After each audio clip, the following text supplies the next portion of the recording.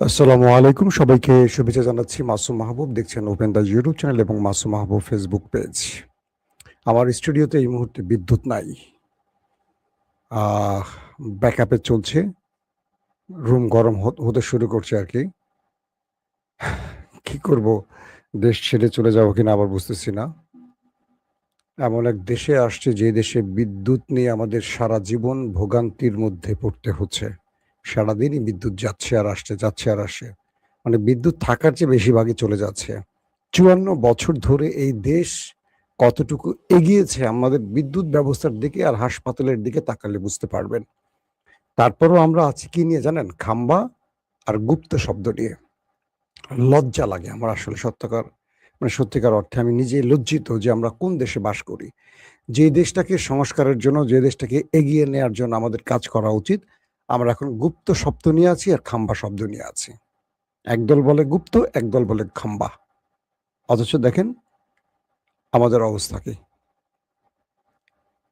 খুবই দুঃখজনক ব্যাপার। বাংলাদেশের মানুষ যদি সচেতন না হয় আর বাংলাদেশের মানুষ যদি এরকম গর্দভ হয়, এই দেশ কখনো আগাবে না। নেতারা চুরি করবে, দেশ লুট করবে, সুইস ব্যাংকে টাকা জমা করবে আর আমরা সারা জীবন গুপ্ত আর খাম্বা নিয়ে পড়ে থাকবো। এইজন্য দেশের মানুষের জন্য আসলে আর মানে কি বলবো, ভালোবাসাটা কমে যাচ্ছে আস্তে, আস্তে। দর্শক, চলেন আমরা আসলে যে খবর দেওয়ার জন্য এসেছি সে খবরে যাই। সবাই শুনতে এবং দেখতে পাচ্ছেন। ভাই হাদী সম্পর্কে কিছু বললেন।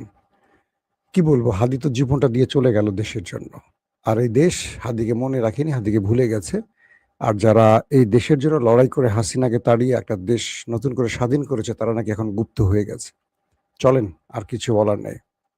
জি ভাই, চট্টগ্রামের লোকজন দেখতে পাচ্ছি সব।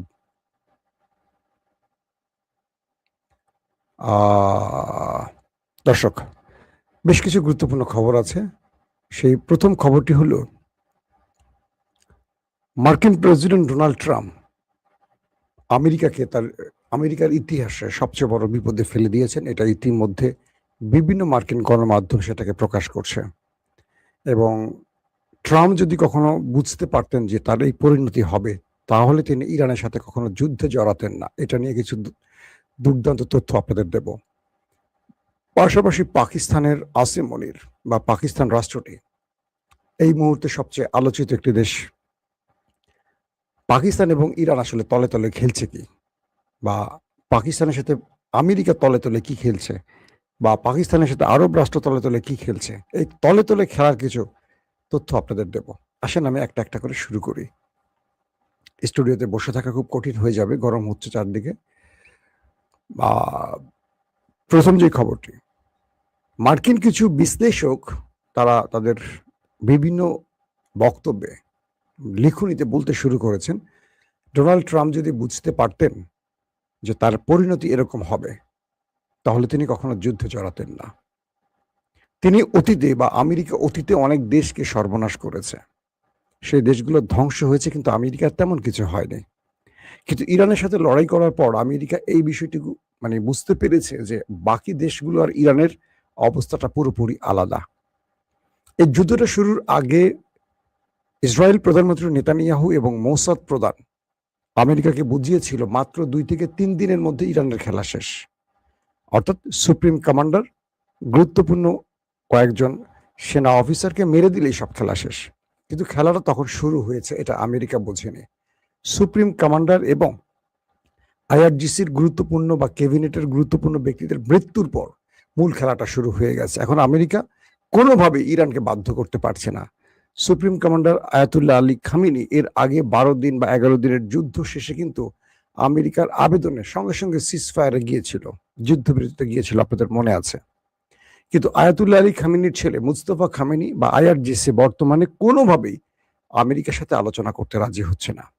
আমেরিকা এই বিষয়টি বুঝতে পারেনি। এখন আমেরিকা যে কোনোভাবে হয় ইরানকে ধ্বংস করতে হবে, নতুবা ইরানের কাছে পরাজিত হতে হবে। এখন আমেরিকা ইরানকে ধ্বংস করতে তো পারছে না।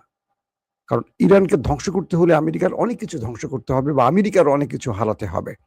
আর এই হারাতে গেলে আমেরিকা পৃথিবীতে আর পরাশক্তি বা ১ নাম্বার রাষ্ট্র, পাওয়ারফুল রাষ্ট্র হিসেবে থাকতে পারবে না। ইরান সেখান থেকে আমেরিকাকে দুর্বল করে ফেলবে। কিরকম? এই মুহূর্তে গালফ কান্ট্রি আমেরিকাকে বলছে যে তুমি নিজেকে রক্ষা করতে পারছো না। তুমি আমার দেশে আমার পেট্রো ডলার নিয়ে আমাকে কি রক্ষা করবে? গালফ কান্ট্রি চেষ্টা করছে ইরানের হাত থেকে তার দেশের নিরাপত্তার জন্য কি করতে পারে। তারা আমেরিকার বদলে ভিন্ন রাষ্ট্রকে খুঁজছে। বলা হচ্ছে যে দুটো রাষ্ট্রকে তারা মাথায় রেখেছে, একটি রাশিয়া, একটা চীন। ইরানের হাত থেকে বাঁচতে হলে দুটো দেশই কেবল বড় ভূমিকা রাখতে পারে, চীন এবং রাশিয়া। আর আমেরিকা কেন পারবে না? কারণ আমেরিকাকে এই 40 দিনের যুদ্ধে যে ধোলাইটা ইরান দিয়েছে গালফ কান্ট্রির ভিতরে, আমেরিকার যত প্রতিরক্ষা ব্যবস্থা আছে, সামরিক বড় বড় স্থাপনা আছে, আমেরিকার যুদ্ধ বিমান আছে, আমেরিকার F-35 আছে, আমেরিকার রিফুয়েলিং ট্যাঙ্কার আছে, আমেরিকার কি বলবে প্যাট্রিয়ট কিংবা থার্ড আছে প্রতিরক্ষা ব্যবস্থা, আমেরিকার যেই কি বলবো যে মধ্যপ্রাচ্যকে রক্ষায় যে তাদের প্রতিরক্ষা আরো যে ব্যবস্থাগুলো আছে, রাডার সিস্টেম থেকে শুরু করে সবই ধ্বংস করে ফেলেছে ইরান। অর্থাৎ আমেরিকার যুগের পর যুগ ধরে গালফ কান্ট্রিতে নিজেকে যে শক্তিশালী অবস্থানে তৈরি করেছে, নিজের যে প্রতিরক্ষা বহু তৈরি করেছে, সবকিছু তছনছ করে দিয়েছে ইরান মিসাইল এবং ড্রোন দিয়ে। এখন গালফ কান্ট্রি এটুকু বুঝতে পারছে যে আমেরিকা কখনো ইরানকে ঠেকাতে পারবে না। আমেরিকা 40 দিনে সেই পরীক্ষায় ফেল করে গেছে। এখন ইরানকে যখন হিংস দেয়া হচ্ছে যে আমাদেরকে কি বলে চীন এবং রাশিয়ার কাছে, যখন গালফ কান্ট্রি গোপনে ছুটতে শুরু করেছে ইরানের হাত থেকে বাঁচার জন্য, তখন চীন বলে দিয়েছে যদি আমাদেরকে ডাকো তাহলে আমাদের কিছু শত্রু আছে। কিরকম? যে তোমরা যে তেল বিক্রি করবে পৃথিবীব্যাপী, এটা ইউয়ানে বিক্রি করতে হবে, তোমরা ডলারে বিক্রি করতে পারবে না। আবার আমেরিকা টিকে আছে কিভাবে? আমেরিকা টিকে আছে তার মিত্রদের যত রিজার্ভ সব ডলারে আছে, রিজার্ভ হিসেবটাই করা হয় ডলারে। এখন আরবের এই ধনকুবের রাষ্ট্রগুলো যদি আমেরিকার পাশ থেকে সরে ইরানে চলে যায়, কি বলে চীনে যায় বা রাশিয়া যায়, তাহলে রিজার্ভটা ডলারে থাকবে না, ইউয়ানে চলে আসবে। তাহলে আমেরিকা ধাস করে মাটিতে পড়ে যাবে। মানে মূল পৃথিবীর শক্তি তো ধরেন আপনার ডলার একটা এক নাম্বার কারণ যে আমেরিকা আজকে এই সুপার পাওয়ার কেন, অর্থ ব্যবস্থা ডলার, বিশ্ব কারেন্সির মূল হিসেবটা হয় ডলারে। তো আবার সৌদি আরব, কাতার, কুয়েত, জর্দান এরা যদি তেল বিক্রি শুরু করে ইউয়ানে, তাহলে আমেরিকার আর অস্তিত্ব থাকে না। এখন আমেরিকা বুঝতে পারছে যে তার অবস্থা খুবই করুণ, কারণ ইরান এই যুদ্ধে আমেরিকাকে সাপের মতো পেঁচিয়ে ফেলেছে। পেঁচিয়ে ফেলেছে মানে কি? এখন আমেরিকা চাইলে যুদ্ধবিরতি করে শেষ করতে পারবে না। ইরান এমন ভাবে ট্র্যাপে ফেলে দিয়েছে আমেরিকাকে, আমেরিকা সেখান থেকে উঠতে পারছে না। যেমন হরমুজ প্রণালীতে অবরোধ করে বসে আছে কেন আমেরিকা? আমেরিকা চাচ্ছে ইরান যেন কোনোভাবে তার কারেন্সিতে বা ইউয়ানে বা ক্রিপ্টো কারেন্সিতে আর তেল বিক্রি করতে না পারে, বা ইরানের কাছ থেকে ইরানের মিত্ররা যেন ডলার ছাড়া অন্য কোনো ব্যবস্থা তেল না কিনা। কিন্তু ইরান বলে দিয়েছে হয় ক্রিপ্টো কারেন্সি অথবা তোমাকে আসতে হবে ইউয়ানে। ইতিমধ্যে সেইভাবেই যারা যারা তেল নিচ্ছে বা হরমুজ প্রণালী ত্যাগ করছে টোল দিয়ে, তারা সবই এই পদ্ধতি গ্রহণ করছে, ডলার বাদ দিয়ে দিয়েছে। এখানে বিশাল ধাক্কায় আমেরিকা খেয়ে ফেলছে। তো এই পরিস্থিতিগুলো একটার পর একটা আসছে এবং সামনের দিনগুলোতে ইরান আমেরিকাকে এমন চাপে ফেলে দিয়েছে যে ইরানের মিত্ররা ক্রমান্বয়ে আমেরিকা থেকে মুখ ফেরাতে শুরু করেছে। যেমন এর মধ্যে ইউরোপ মোটামুটি আমেরিকাকে সহযোগিতা করছে না, ন্যাটো সরে আসছে, যে কারণে আজকে পেন্টাগনের একটি বা হোয়াইট হাউসের একটি গোপন নথি লিক হয়েছে, এটা মেইল লিক হয়েছে। সেটা কি? আমেরিকা ন্যাটো থেকে স্পেনকে সাসপেন্ড করতে যাচ্ছে, এমন একটি নোটিশ পাওয়া গেছে। তার মানে স্পেন এই যুদ্ধে সবচেয়ে বেশি আমেরিকা ইসরায়েলের সমালোচক ছিল এবং ইসরায়েল আমেরিকাকে তার ভূমিতে বা আকাশে উঠতে নামতে দেয়নি, কোনো প্রকার তাদের ঘাঁটি ব্যবহার করতে দেয়নি, এবং সবচেয়ে বেশি সমালোচনা করেছে মিস্টার পেড্রো, স্পেনের যিনি প্রধানমন্ত্রী। এবং তাই স্পেনকে সাময়িকভাবে ন্যাটো থেকে সাসপেন্ডের পরিকল্পনা নিচ্ছে আমেরিকা। সেই তথ্যটি আজকে লিক হয়েছে। এখন প্রশ্ন হলো, যদি স্পেনকে ন্যাটো থেকে বের করে দেয়, ধারণা করা হচ্ছে আরো অনেক ইউরোপীয় রাষ্ট্র এই ন্যাটো থেকে বেরিয়ে যেতে পারে। আমেরিকা এখন তার শত্রু ইরানকে সাইজ করতে না পেরে ইউরোপের দিকে নজর দিচ্ছে। পাশাপাশি আরো যে দেশগুলো আমেরিকা ইসরায়েলের কঠোর সমালোচক ছিল, তাদেরও কঠিন বিরোধিতা শুধু নয়, শাস্তি দেওয়ারও বিভিন্ন পথে হাঁটছে আমেরিকা। তো বলা হচ্ছে যে এই মুহূর্তে আমেরিকা ইসরায়েল ইরানের সাথে মানে ইসরায়েল কিন্তু লড়াই করতে চাইছে, আমেরিকা কিন্তু এখান থেকে উঠে যেতে চাইছে, কিন্তু আমেরিকাকে ইরান ছাড়ছে না, চারদিক থেকে সে পেঁচিয়ে ফেলছে। আসেন 2 নম্বর গুরুত্বপূর্ণ খবর। পাকিস্তানের এসছেন ইরানের পররাষ্ট্রমন্ত্রী আব্বাস আরাকচি, এবং কয়েকটি সূত্র বলছে যে পাকিস্তানের ডেলিগেটরা চলে গেছে ইতিমধ্যে পাকিস্তান ছেড়ে। অন্যদিকে আজকে আমেরিকার প্রতিনিধি দল আসার কথা পাকিস্তানে। ইরানের পররাষ্ট্রমন্ত্রী বলছেন যে আমরা পাকিস্তানের সাথে আলোচনা করতে আসছি, আমরা কোনো আমেরিকানদের সাথে বসবো না। এই বক্তব্যটি আমেরিকানদের একটা বড় চপেটাঘাত হয়ে গেছে। বলা হচ্ছে যে আসিম মনির 3 দিন ছিলেন ইরানে। 3 দিন থেকে ইরানকে যে কোনোভাবেই তিনি বোঝাতে চেয়েছিলেন এবং বুঝিয়ে সম্ভব করেছিলেন যে তুমি হরমুজ খুলে দাও, তুমি তোমার মতো হরমুজ পূর্বের মতো রাখো, টোলাদায় করো, যেটাই করো। আর আমেরিকা যে অবরোধ দিয়ে বসে আছে, আমেরিকা বলছে আমেরিকা এখানে থাকবে না, তুমি হরমুজ খুলে দিলে আমেরিকা চলে যাবে। তো 3 দিন থেকে আসিম মনির ইরানকে ম্যানেজ করে তারপরে যেদিন তিনি ইরান ছাড়লেন তখনই কিন্তু পাকিস্তান ইরান থেকে বলা হয় যে হরমুজ খুলে দেয়া হয়েছে। আপনারা দেখেছেন একদিন, মানে 24 ঘন্টার জন্য।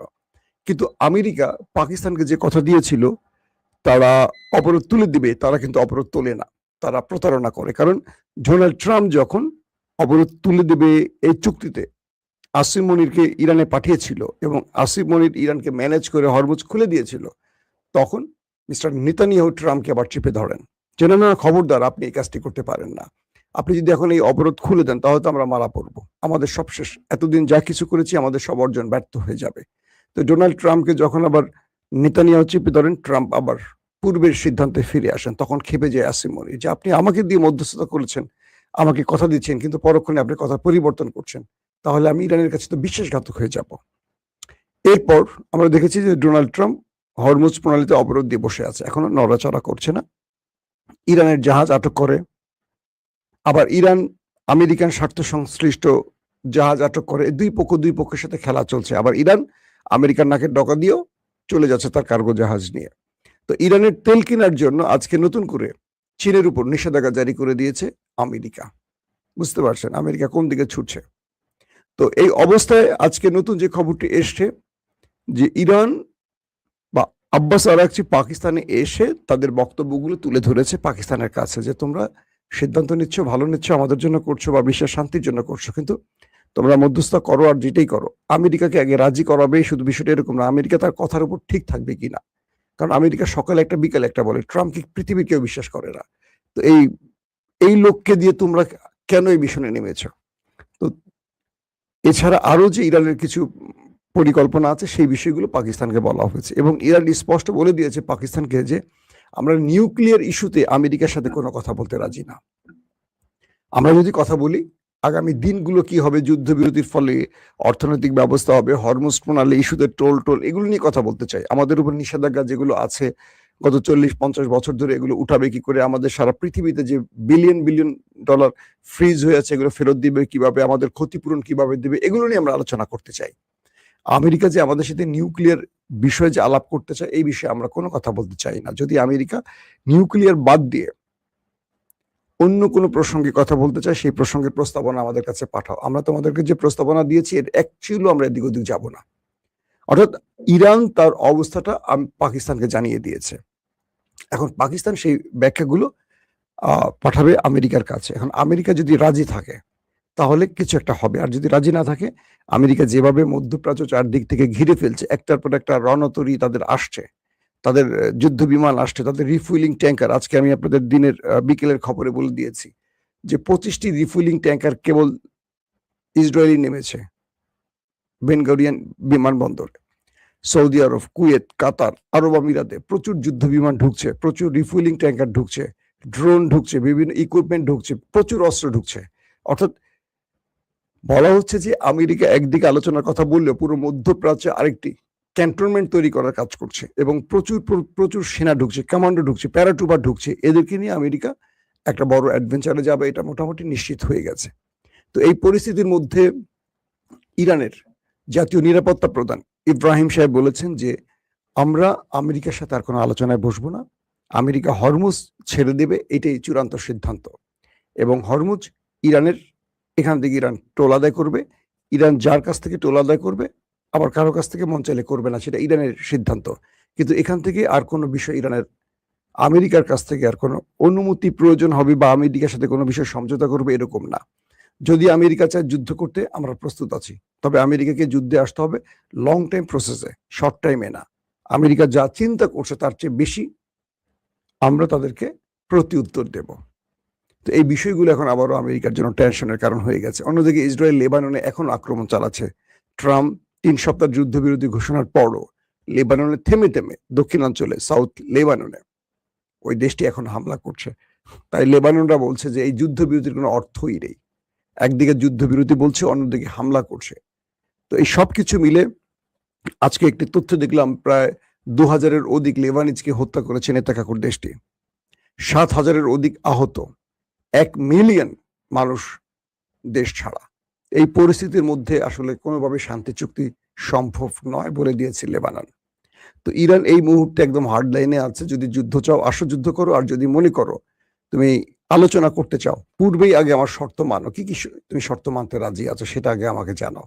তবে নিউক্লিয়ার ইস্যুতে আর কোনো কথা হবে না। এটা ইরান যেই পর্যায়ে রেখেছে সেই পর্যায়ে থাকবে। এটা লম্বা প্রসেস। এটা একদিনই বন্ধ করে দিবে, একদিন এটা করবে, এটা সম্ভব নয়। তার মানে আমরা এটুকু বুঝতে পারছি যে পাকিস্তান সফর থেকেও বড় কিছু আসছে না। তবে আসিম মনির চেষ্টা করছেন দুই পক্ষকে যে কোনো ভাবেই হোক রাজি করিয়ে একটা ফলপ্রসূ আলোচনার মাধ্যমে যুদ্ধটাকে বন্ধ করার জন্য। প্রত্যেকে ভালো থাকবেন। আল্লাহ হাফেজ।